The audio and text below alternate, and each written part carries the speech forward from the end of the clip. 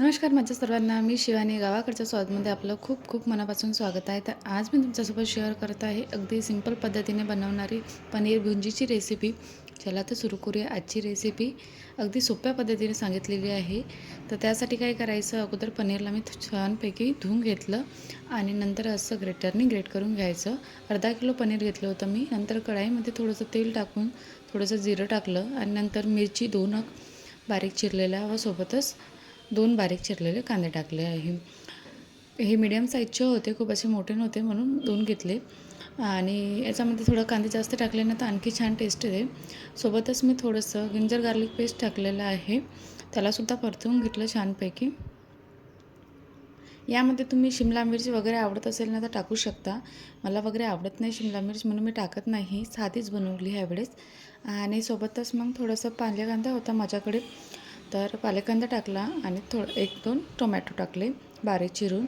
नंतर मग थोडंसं शिजू दिल्यानंतर त्यामध्ये रेड चिली पावडर आणि थोडीशी हळद टाकली, सोबतच थोडंसं धनिया पावडर टाकलं आणि चवीनुसार मीठ घालून हे सर्व एकत्र करून 2 मिनटं शिजवून घ्यायचं, जोपर्यंत थोडंसं मऊसर होत नाही तोपर्यंत.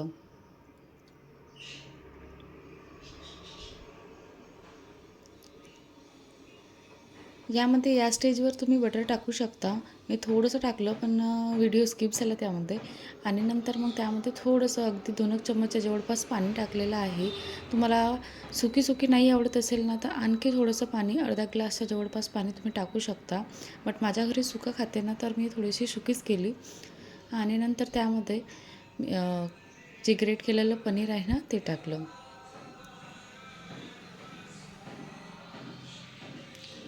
टाकल्यानंतर यामध्ये मिक्स करून घ्यायचं, सोबतच कोथिंबीरसुद्धा टाकायची.